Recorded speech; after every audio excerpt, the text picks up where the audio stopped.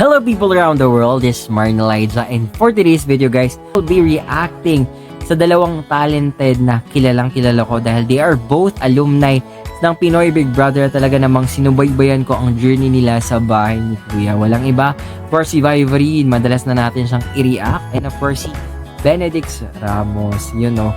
Si Benedict guys, alam nyo ba, meron akong pinapatugtog lagi sa kanya na song na lagi in my mind na I want to sing this song kasi I'm a fan of Disney. So, nung nauso si Part of That World Again, 'di ba? At nagkaroon ng version si Benedict, grabe. Sobrang grabe, parang pang prinsipe talaga yung boses niya. Alam niyo 'yun, yung pang Disney talaga na male version. At ang lamig. Up where they walk, up where they run, up where they stay all day in the sun, wandering free. Wish I could be part of that world. Kaya naman paulit-ulit ko kinakanta na part of that world. Kasi gusto ko yung ganung mga boses na pang teatro na buong buo. What would I give if I could live out of this water? Diba? Panoorin nyo yun guys, sobrang nakakatuwa si Benedict. So, yun. So ito naman yung music video na ito ay pinamagatang Sayaw ng Mga Tala. Wow, sobrang para sa akin pang-poetic ng title, no? Sayaw ng Mga Tala. So tingin ko napaka-creative ng music video niya to. At knowing 8 minutes to guys. Tingnan natin without further ado, let's react.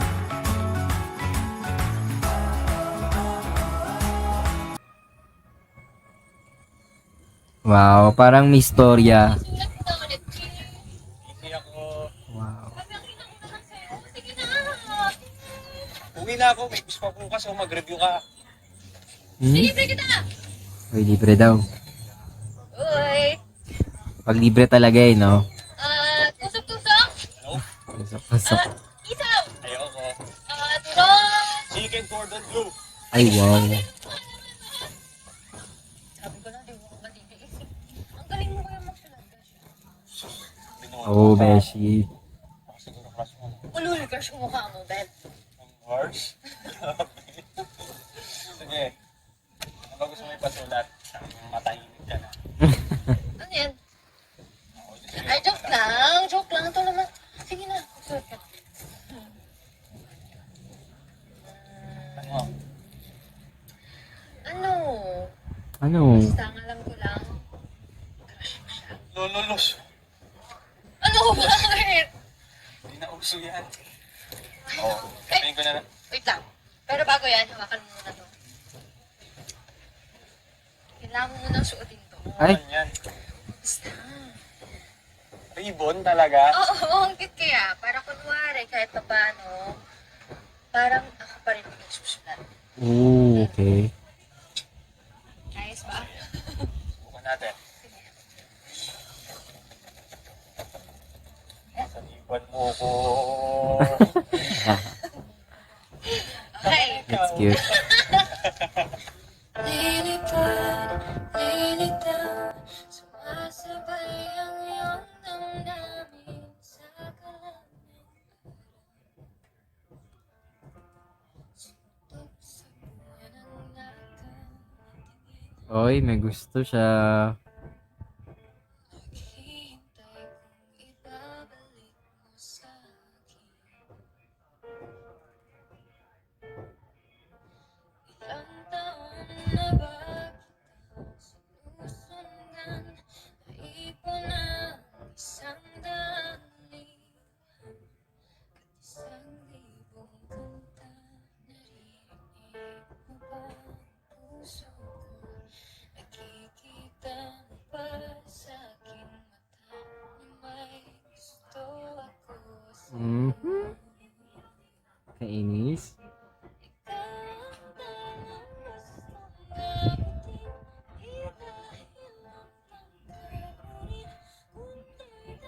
Ganda ng boss ni Vibe.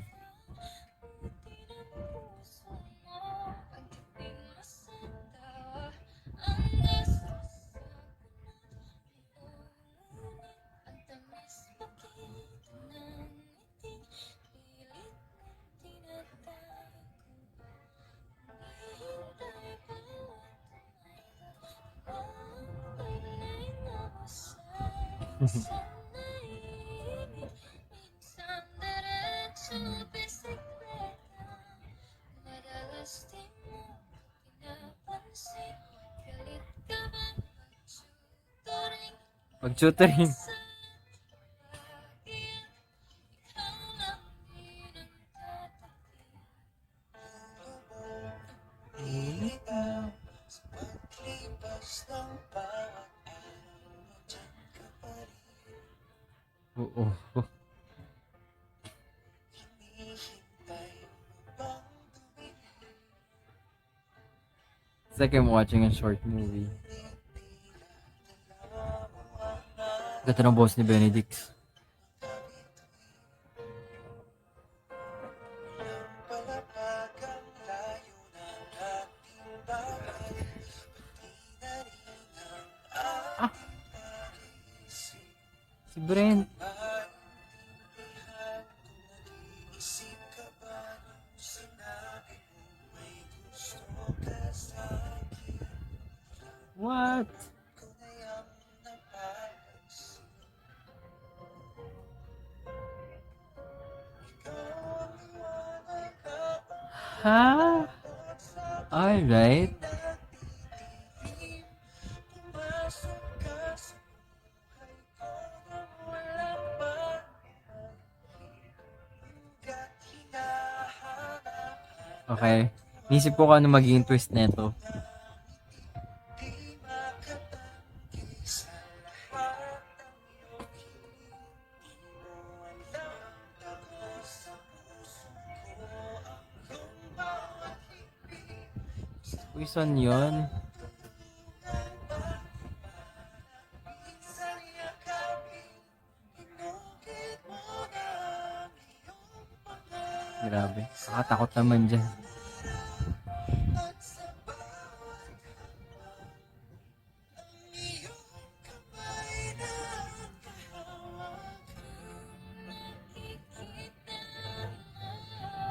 Oh. di ka magtatanong, bakit di sumuko? Kung nakikita mo, nakikita ko. Di magtatanong kung At ikaw ang pinili ko. I love that. Yan na. Gusto ko yung harmony eh.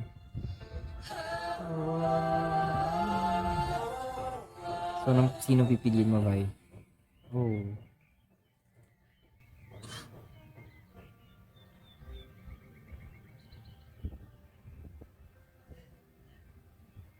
Alright. So, all this time, alam mo na hindi ako yung nagsulat. Oh. Ang mahalaga yun. Ang importante, gusto mo, gusto kita. Oo nga pala, ginamit lang kasi yung song yung ano. Ay! Alright. Uy! Ano? Tutuloy pa ba natin ito sulat o ako na mismo magsasabi sa kanya? Ako na.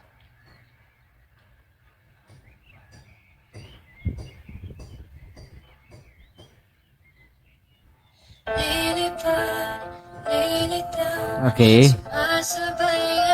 Okay guys, na-enjoy ko yun para ako nanood ng short movie, di ba? So, basically, that's the story of two, of course, childhood friends. Two best friends na merong crush si Ivory. Si Brent pala yun, no? Nandyan din pala siya, no? Pero pinasulat niya kay Benedict, no? Pero I think, aside from the crushes and thingy, of course, mas nangingibabaw pa din yung relationship nila sa isa't isa, no? We don't know how would it end, di ba? Kung pipiliin ba ni Ivory si Benedict or they will keep the best of friend na relationship and si Brent yung pipiliin niya, no? But either way, di ba? I hope they find happiness. So, kasi open-ended yung pinakita. So, tayo nang bahalang mag-isip kung sino ba talaga yung tinitibok ni Ivory dito. Pero tingin naman natin is yung merong pagtingin si Benedict kay Vivory, si Vibe naman, well, kind of confused kasi parang trip niya si Brent and may gusto rin siya kay Benedict. So, 'di ba? But wow, ang cute lang ng pinakita nitong music video nito, 'di ba? Napaka-poetic, ang sarap lang, ang kalmado nung harmony, ang sarap panoorin, 'di ba? Yung mga ganyan lamang, 'di ba? Super simple pero talagang may tagos, di ba? So, wow, thank you very much, Viber and Benedict, for this music video. So, keep on doing and writing pa kasi nakaka-enjoy kayo panoorin. So, there you have, guys. If you like this video, don't forget to thumbs up. And if other Vibery or Benedict's contents that you want us to react to, don't forget to comment on our comment section down below. If you're new to this channel, why don't you first subscribe to Marlene? Yun lang, guys. Until next time, hanggang susunod na kabanata. Paalam.